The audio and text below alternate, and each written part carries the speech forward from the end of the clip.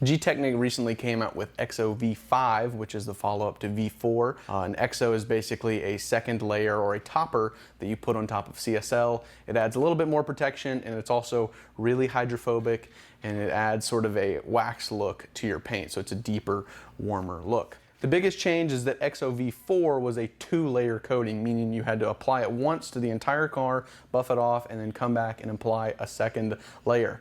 EXO V5 can be fully applied in just 1 layer, effectively cutting your coating time in half. The second thing is that V5 is significantly easier to apply, especially on top of CSL.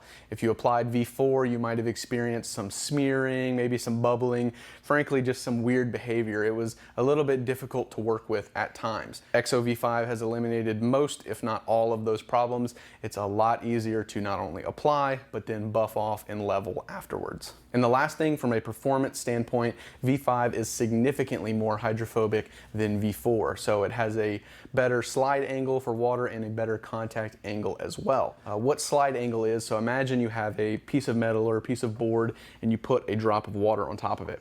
Now, when you start to raise that board like this, you take the angle in which the board's at when the water bead falls off. That's your slide angle.